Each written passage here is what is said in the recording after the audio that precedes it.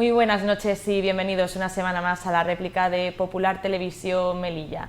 En el programa de este martes 11 de octubre vamos a hablar de materias como salud pública, y es que precisamente ayer ya comenzó la vacunación de la gripe aquí en Melilla, y ya esta mañana comentó la consejera de Salud Pública, Paqui Maeso, que ayer lunes en el punto de vacunación acudieron más de 200 personas, 250, 253, pero continúa evidentemente la campaña, así que vamos a preguntarle sobre este asunto, pero también sobre mucho más, también sobre bienestar animal. Pero primero vamos a darle la bienvenida a la consejera de Políticas Sociales, Salud Pública y Bienestar Animal de la Ciudad Autónoma, Paqui Maeso. Bienvenida y muchas gracias por estar con nosotros en la réplica. Muchas gracias, buenas noches y muchas gracias por invitarme. Pues el punto principal, por supuesto, es el tema de la vacunación, porque continúa la campaña de vacunación del COVID, que no se olvide.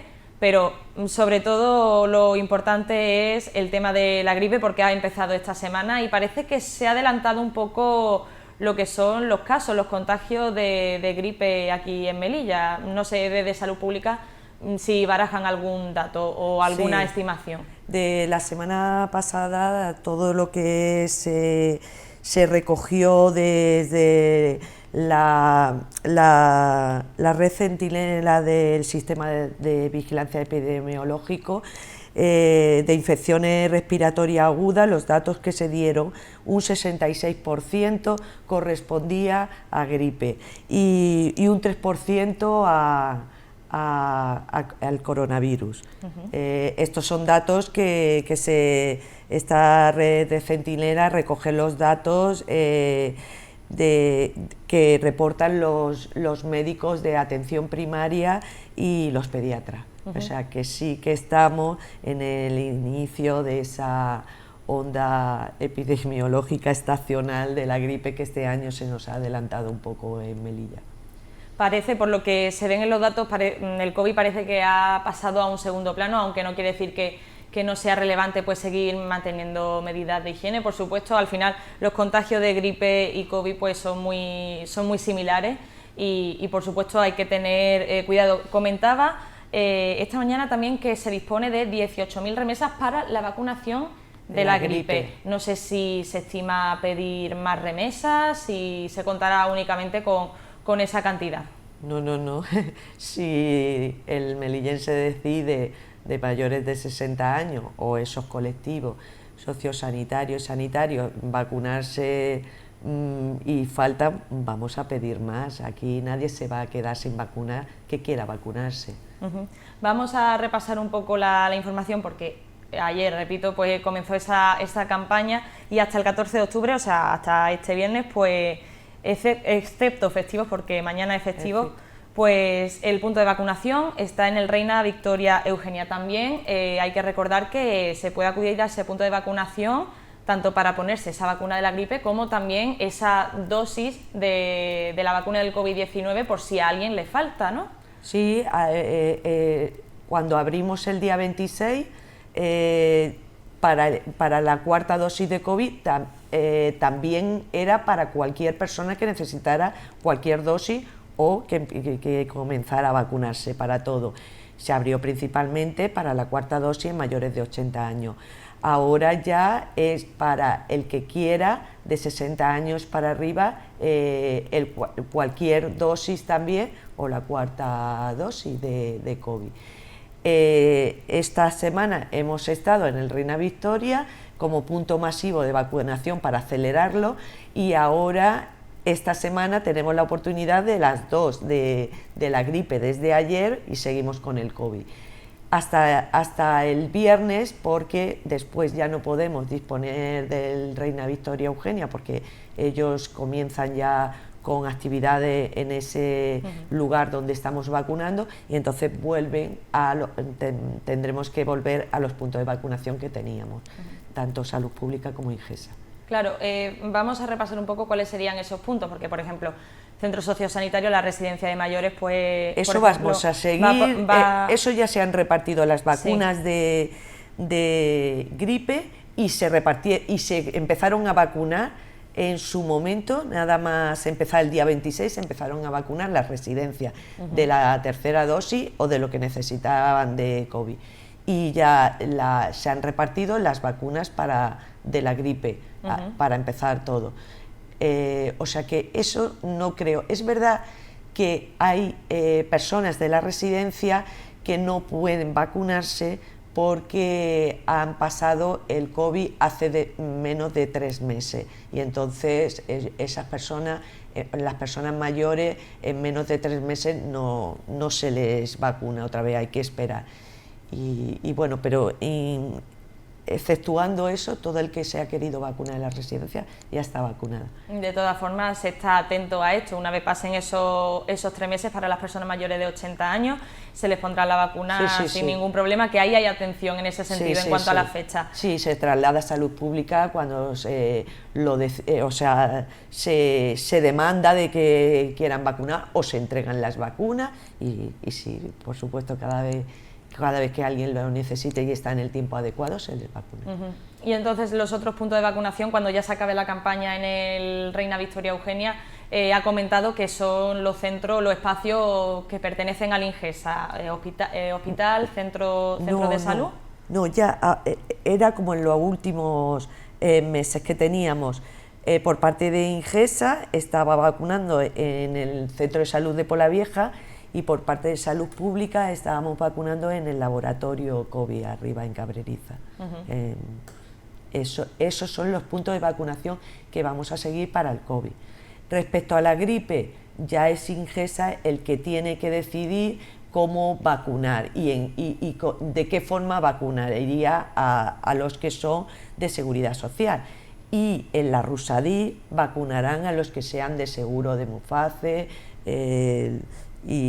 usuario IFAS, de IFAS y Mujeju, ¿no? Sí, y Mujeju, perdón. Sí, que es difícil de pronunciar. Es que esa compañía no la tengo tan...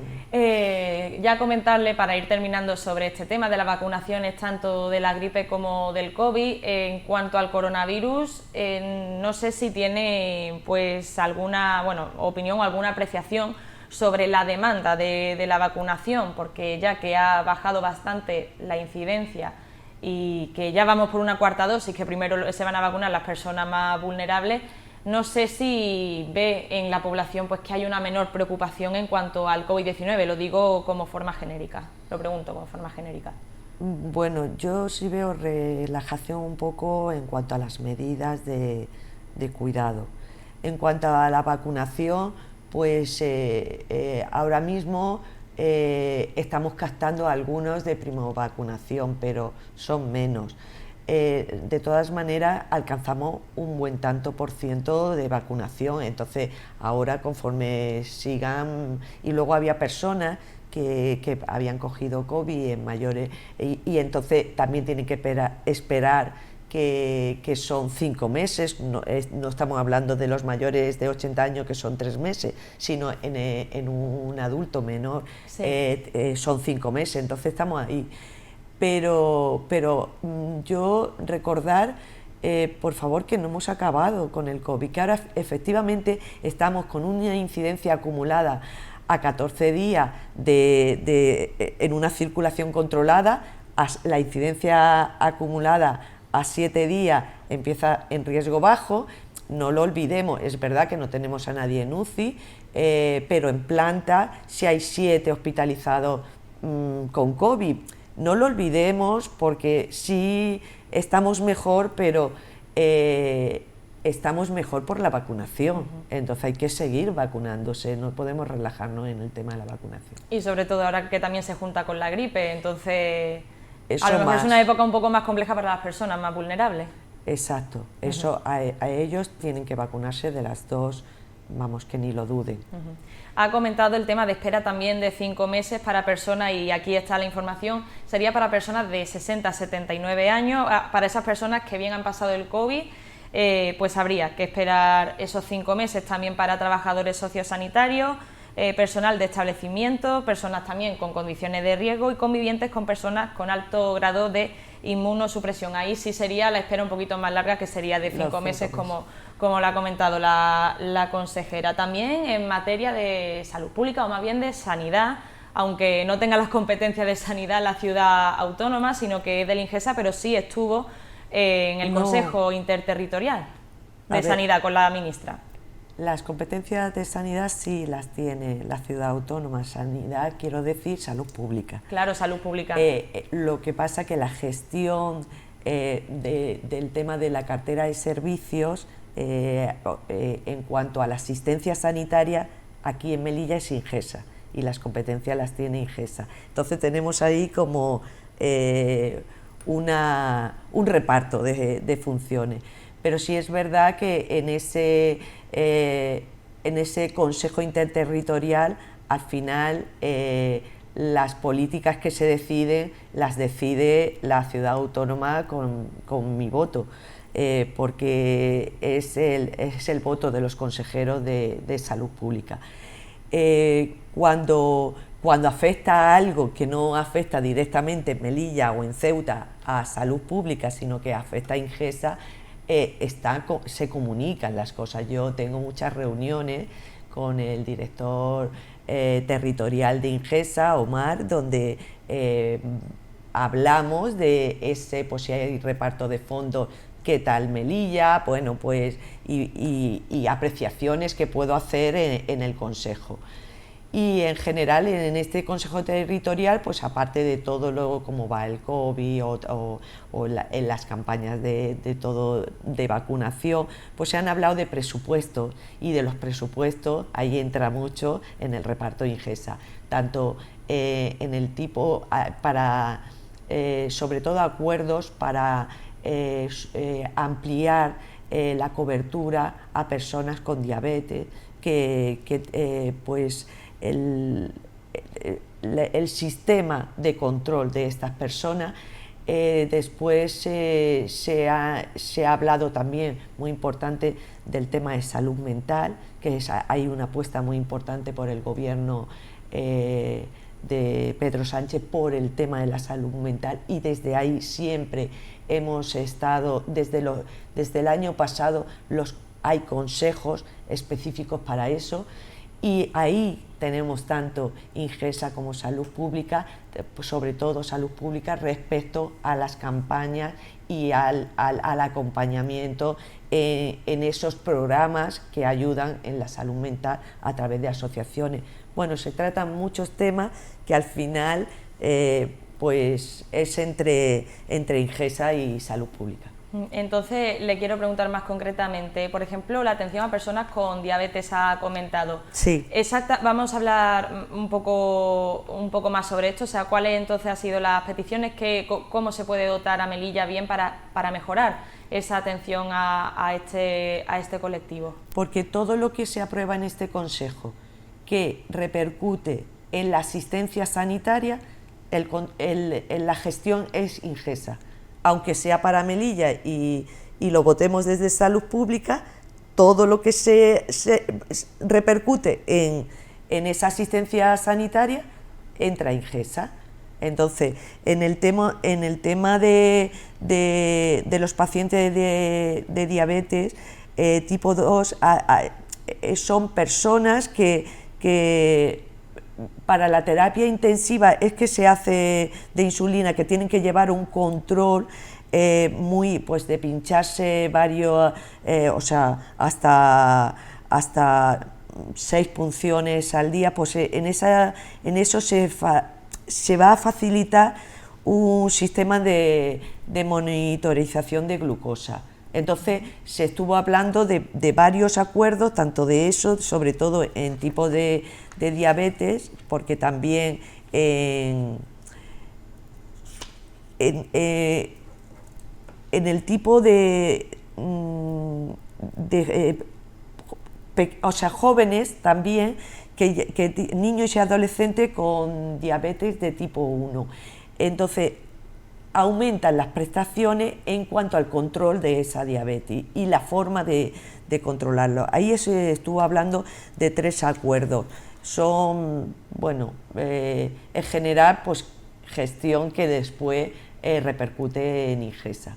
Y concretamente en cuanto a presupuesto... de presupuesto es Ingesa el que te puede dar mejores datos. Ya sería Ingesa, entonces, sí, no, lo digo como estuvo usted en el Consejo Interterritorial. No, pero en ese consejo no se habló del reparto ya, porque eso hubo otros consejos anteriores donde sí se estuvo hablando del reparto que ya había, y estuve hablando con Omar, y bueno, todo es poco, claro, lo que llega, pero sí es verdad que bueno, hay partidas que vienen aumentadas, y eso siempre es bienvenida, pero siempre no hace falta más en cualquiera de todas las gestiones que se va a recibir presupuesto por parte del Gobierno. Pues a ver si desde el Ingesa nos pueden aportar un poquito más de información al respecto sobre esta medida, y sobre todo pues por esos presupuestos, pero no sé si también le puedo preguntar un poco más concretamente sobre el tema de salud mental, que precisamente ayer fue ese día en el que se reivindicó pues mayores recursos, y sobre todo se hizo hincapié en edades más tempranas, en la juventud y en la niñez, ¿no? En la adolescencia. Y en la adolescencia. Sí, porque se ha demostrado que desde la pandemia pues ha aumentado mucho los casos de tipos de dificultad en cuanto a afrontar todas las situaciones en adolescentes, ¿no? Y esto está produciendo cuadros de ansiedad, incluso depresión, y que son alarmantes. Y se habla también de temas de alarma de suicidio.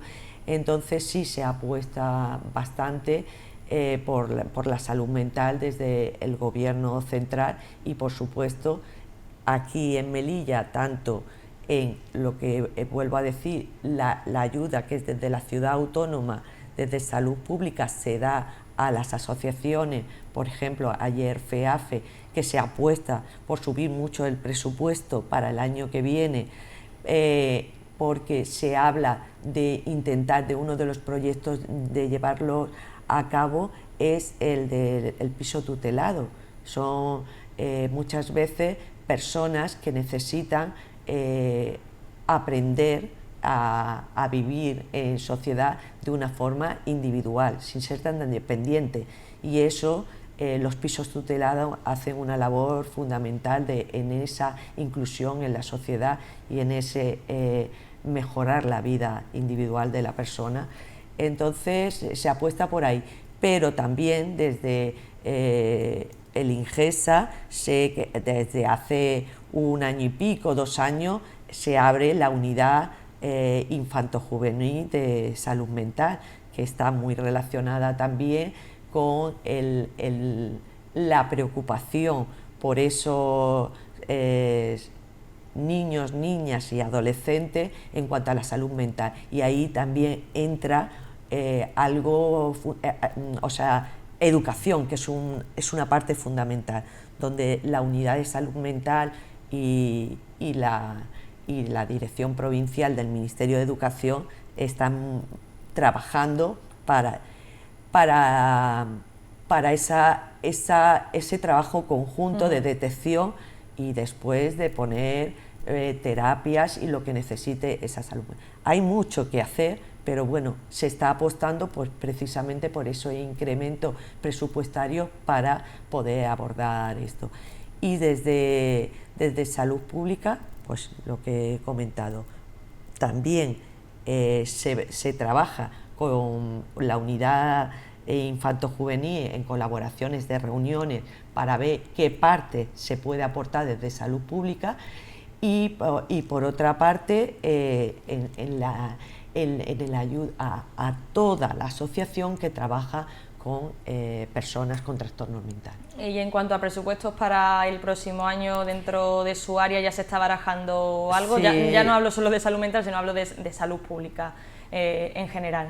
Bueno, yo tengo todo lo que es la consejería. Lo que pasa que hasta que no tengamos la reunión con Hacienda y ya concretemos más, no me atrevo a decir por lo que hemos apostado, porque no sé en qué se me va a quedar luego, a ver si... Entonces voy a esperar un poquito para decirlo exactamente las partidas presupuestarias para cada cosa. Aunque no se hablen de cifras, pero ¿puede comentar si se prevé algún aumento en la partida dentro de su área completa me refiero? Del área completa sí hemos apostado por un poquito más, claro, y luego en partida, pues lo que estaba diciendo, partidas muy importantes como es, por ejemplo, la asociación FEAFE, pero hay otras asociaciones que apostamos también también por subida, bien, por ejemplo, la Asociación del Cáncer, también apostamos por un incremento, porque son programas nuevos muy necesarios en la ciudad,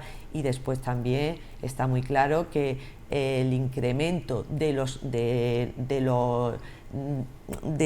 las nóminas de los trabajadores de esa asociación por ley está repercutiendo también en las subvenciones y en los convenios. No nos queda mucho tiempo, pero hemos hablado durante 20 minutos de salud pública, de sanidad al fin y al cabo, pero también tiene la competencia de bienestar animal y, por ejemplo, una de las cosas de las que se ha hablado recientemente, hace unos días, es de esa protectora de animales que se espera que se ultime ya pues durante este año. Se ha hablado de eso, de que va a ser un espacio más amplio, más adecuado para esos animales, pero se fomentará más la adopción. Sí. Para que no haya un hacinamiento de esos animales en la protectora, aunque mejoren esos servicios. Vamos, eso está claro. Vamos a ver, yo estoy contenta porque vamos a tener ese espacio en mejores condiciones. Ya mi compañero Paco Vizcaíno activó este tema de la protectora que el gobierno anterior tenía parado y que este gobierno ha impulsado, ¿no?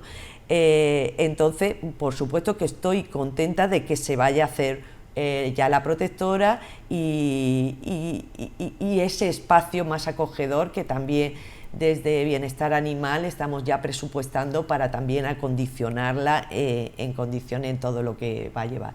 Pero el objetivo fundamental es la adopción. Nadie quiere que el perro o el gato viva encerrado en un chenil ahí, aunque tenga muchos cuidados, muchos mimos por parte de voluntario, protectora, pero el objetivo de ellos y de cualquier persona que trabaje en el bienestar animal es trabajar por la adopción, y muchos de los presupuestos del bienestar animal va a ir encaminado a las campañas de adopción, siempre, siempre.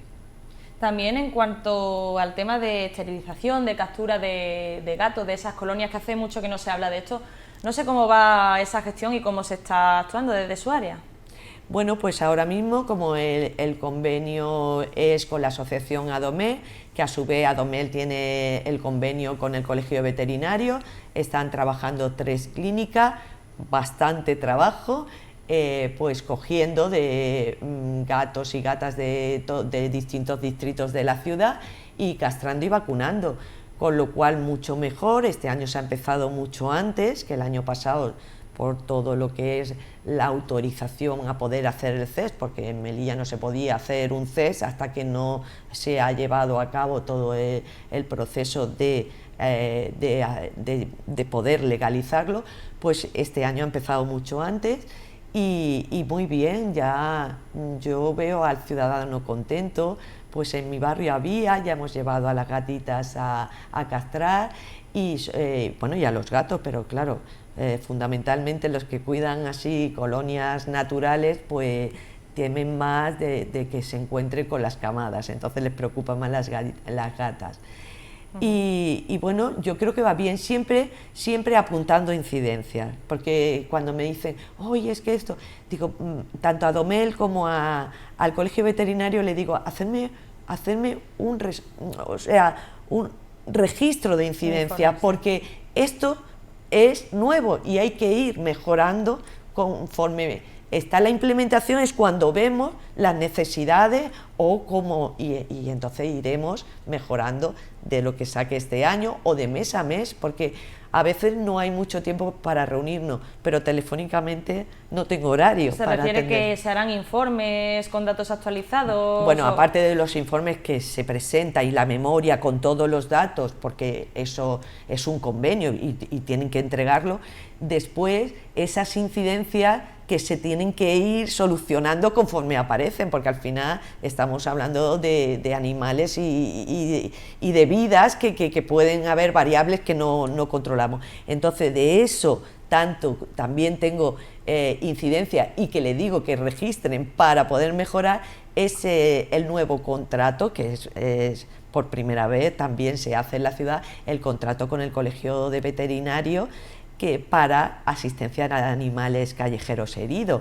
Eso también está dando a veces confusión, porque lo tiene que recoger la policía local, llevarlo y que se quede y reciba esa asistencia sanitaria, porque ante un animal herido pues llegaba de Carlos hasta que sí se llamaba un veterinario, no. Ahora no. El proceso antes era más largo y era más o incluso bastante complejo, porque a veces pues morían en esa espera. Ahora, por lo menos, si está muy herido, no va a sufrir porque está en manos de veterinario enseguida. Entonces, bueno, son muchas cosas para ir mejorando y de seguimiento. Para seguir hablando más de cara a este tema, le tendría que invitar de nuevo, porque ya nos hemos quedado sin tiempo, y en cuanto a bienestar animal, pues también mucha gestión, así que en cualquier otra ocasión pues también contaremos contigo para hablar más concretamente sobre la parte de bienestar animal dentro de su área. Pero Paqui Maeso, muchísimas gracias por estar con nosotros aquí en La Réplica una vez más. Muchas gracias a vosotros y buenas noches. Y muchísimas gracias también a los espectadores por ver esta primera parte del programa. Ahora vamos a pasar a los anuncios y después continuamos, pero en cuanto a otro asunto.